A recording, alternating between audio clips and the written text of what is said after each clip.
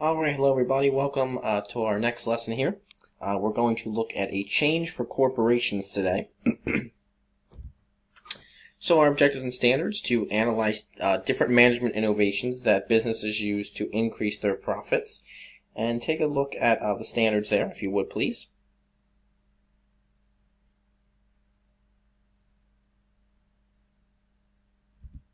And our desired result: what techniques and strategies did business leaders use in the late 1800s?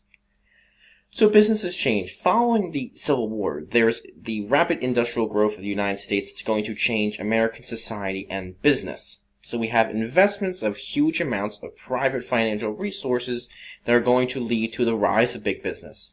And eventually this will lead to the United States becoming the most economically powerful countries in modern times. So meeting new needs, investors are going to develop a new form of group ownership known as a corporation to control expanding markets. Now, in a corporation, a number of people share the ownership of a business. The investors lose no more money than they invested originally if the corporation struggles, but they do benefit when the company does well as well. So corporations could also buy and sell property, sue in court, or buy another investor's shares if that investor decided to leave. So in this new industrial age, corporations were perfectly suited for expanding markets. Corporations had large amounts of capital or invested money that allowed them to fund new technology or industries. And the number of corporations is going to increase dramatically after 1870, and it became an important part of industrial capitalism. So new advantages. Corporations are going to do many things to try to maximize their profits. One of these was advertising. Advertising was used to reach and gain new customers, especially customers who live, maybe in Illinois, and let's say, you're a company in New York City and you wanted people in Illinois to buy your products, so they used advertising to reach out to people across the country. Corporations also paid their workers low wages and found cheap resources, which we'll talk about a little bit in class as well, about what it means to be a robber baron or a captain of industry, which of these were these people. They also used horizontal integration and vertical integration, which we'll talk about in a little bit here, which were used to help decrease the cost of production.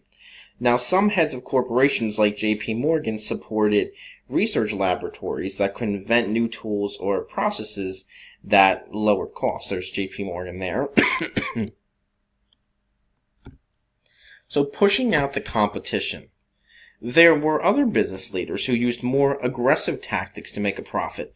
Cornelius Vanderbilt, the top picture here, was an entrepreneur in the railroad industry who got others to pay him to relocate since his prices were putting others out of business. So they basically paid him to leave their area because he was putting other places out of business. So that's how he was able to make a lot of his money.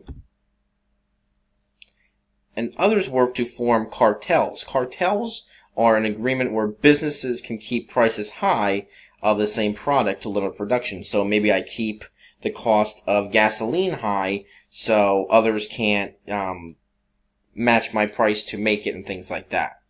So in this example, John D. Rockefeller, his picture's down here, was an oil tycoon who made an agreement with railroads that made it difficult for his competition to ship their products. So again, keeping prices high so your competition can't keep up with you. Management and monopolies. Another way to reduce costs was to merge competing companies into a giant business. In many cases, we have business leaders could create a monopoly or complete control of a service or business, right? You probably played the board game Monopoly, and the object of Monopoly is to control as much property as you can, right? To buy up all those streets or buildings or things like that. And that's what monopolies were doing in the 1800s, was trying to buy up all those things. Companies were then able to set their own prices. Sometimes they were very high for customers, but again, business leaders really didn't care as long as they could make a profit. Managing corporations could also impact workers as well. Again, in many cases, which we'll talk about later, workers were paid very little, and if they got injured, they were replaced in order to keep production going. There was no unemployment insurance in the 1800s. There was no injury insurance if you got injured on the job. If you hurt your hand in a factory and, you were going to be out of work for 2 weeks, well, you were going to probably be out of a job then. They would just fire you and hire someone else to replace you. So Rockefeller and Carnegie. John Rockefeller, on the left-hand side here, was one of the first to use horizontal integration.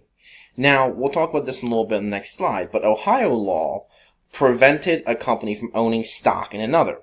But Rockefeller is going to find a way around this law by forming a business organization known as a trust. Now, a trust has companies that assign their stocks to a board of trustees, who then combine them into a new organization that the trustees ran. So that was one way that Rockefeller found a way to get around the law in Ohio. Another man, Andrew Carnegie,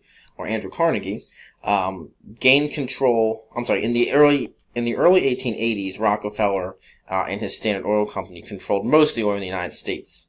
Now talking about Carnegie, he gained control of the steel industry through vertical integration by controlling all the different companies involved in the steel making process.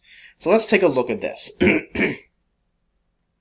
So horizontal integration down here, this is what Rockefeller was doing. He was buying all the resources. Okay, so he was buying all those oil companies and all those resources that related to oil, and those companies, so that way he could control it.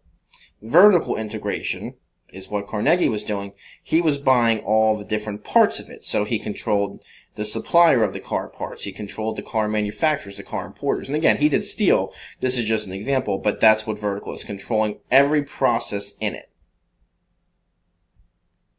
Alright, so what techniques and strategies did business leaders use in the late 1800s? Think about vertical and horizontal integration.